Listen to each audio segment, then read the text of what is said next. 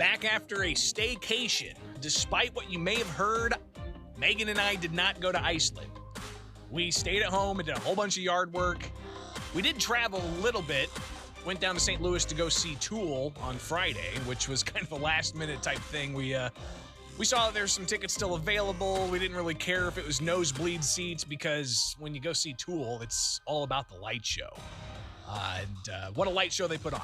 But anyways, so I was off all last week. I need you to fill me in on what the top stories I missed from the past week, because I did what I could to just completely unplug. So 217-629-7970. That's the number here for Springfield's Morning News. I'm Greg Bishop. You can find me on Twitter, Facebook, Instagram. Just search out Bishop on Air. And, of course, find 92.7 WMAY on all the socials as well. But let's get into it. I want to hear from you. 217-629-7970. What major news stories did I miss from the past week? So make it happen. Let's hear it. I know that, obviously, the conflict in Ukraine with Russia, that's still very much top of mind. You have the hearings today on President Joe Biden's Supreme Court justice nominee. You also have Clarence Thomas, a justice, who's in the hospital. Interesting to see that story this morning. But what did I miss over the past week? 217-629-7970. I did what I could to not read the news. Every morning for the show, I wake up, I read like 3 newspapers, get a bunch of headlines, digest a ton of information so I can be as well informed as possible. But last week, I tried not to do that. I tried not to wake up early and open up the newspapers and look at all the various websites. I wanted to unplug. So I felt that I did that and coming in somewhat refreshed. But I want to hear from you. 217-629-7970. What are some of the major news stories that I missed from the past week? Again, 217-629-7970. Now, this past week, I did not, like I said, really delve into the news too much because I wanted to take some time off. And Megan and I, we had a lot of yard work to do. If you follow me on social media, you can see some of the stuff that we ended up doing. For instance, we had a kiwi tree that was practically trying to devour the back porch area. We cleared that off and burned most of it, which was awesome. But got that done, and I still got a lot of work I got to do to try to chop that thing apart because it's still very much alive. It's like it's spewing all kinds of stuff.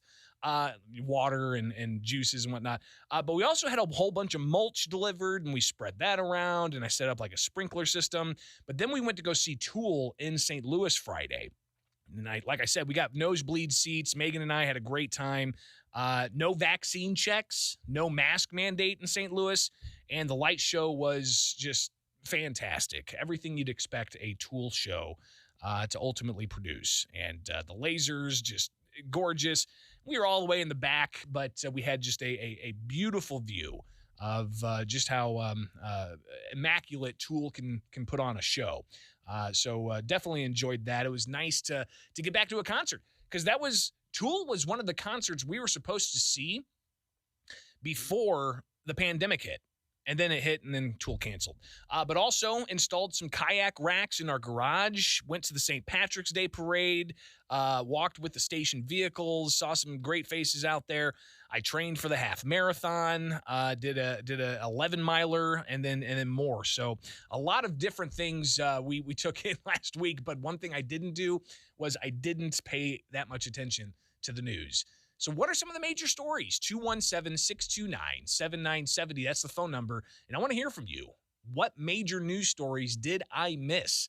Again, 217-629-7970. That's how you can chime in here live and local on the WMAY Springfield Morning News on 92.7 WMAY.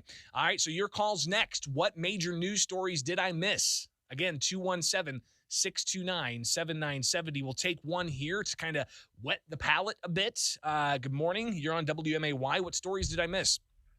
Be honest, Greg, you didn't miss much. It was pretty much just the same regurgitated crap from the, major media places. And it's really just better off that you just detox from it all. I'm not gonna lie. That's a good way to So put it. I feel like I did detox to a degree by not having to get up and just be inundated with all this information and trying to digest it and whatnot. It was good to take the week off. But you're saying don't even go back into time. Don't even worry about it. Just move nope, forward.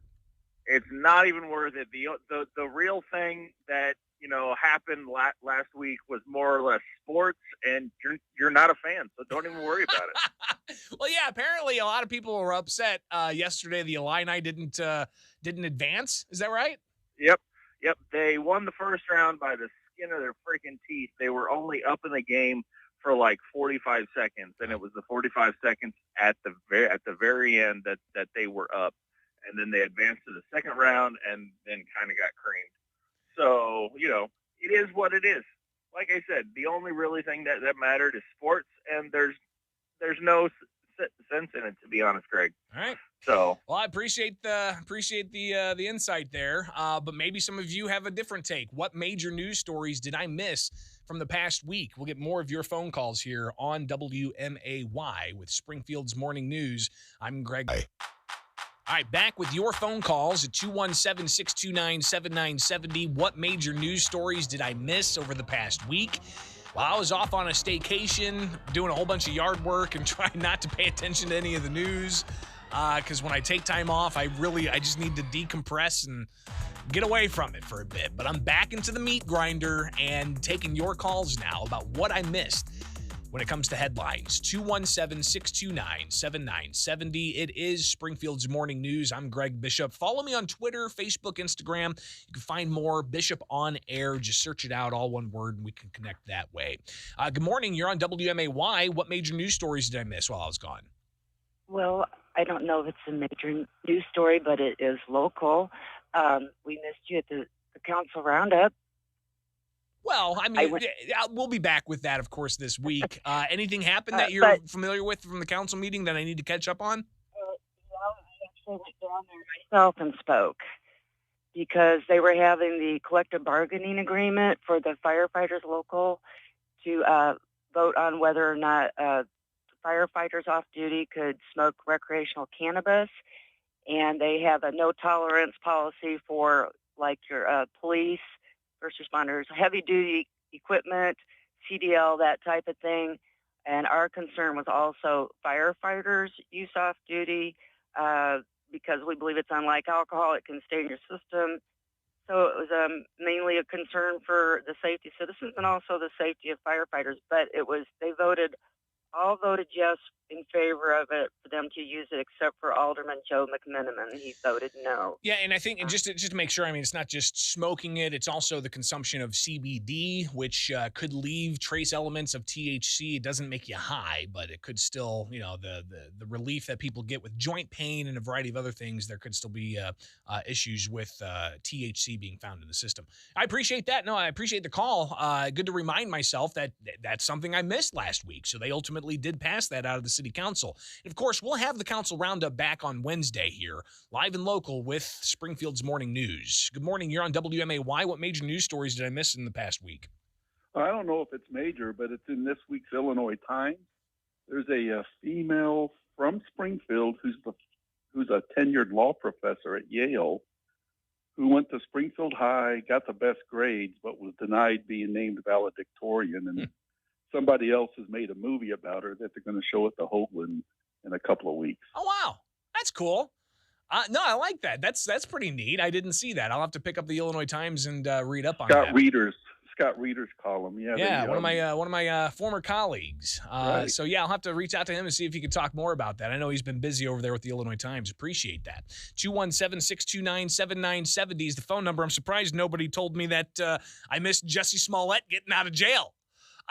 Somebody did tag me on a Facebook story, Greg Bishop, just under the headline. So I was made aware of that, but I was also, I mean, I'm not gonna lie to you. I listened to some podcasts and I listened to some, recent news talk stuff, and I heard about.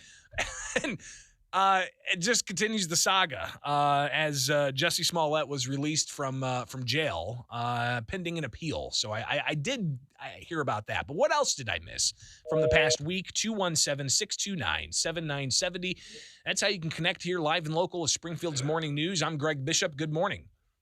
Well, good morning, Greg. I see that we don't want to avoid this story. It seems like some of the callers don't want to bring up the fact that the laptop of old Hunter Biden came as verified as they're looking into indictments and could expose the Biden crime family for what it is, the corrupt using politics to enrich themselves, At least those are the allegations, right? And the laptop story, this is what's so fascinating. I think this is just another instance of how in the past 2 years we've been shown how certain corporate media tries to control the narrative and uses social media tech giants to help facilitate that, because the Hunter Biden laptop story came out before the November election in 2020. Twitter suppressed it. All the major news outlets had unnamed intelligence sources saying it was Russian disinfo. Even President Biden said that when he was a candidate on the debate stage with former President Trump.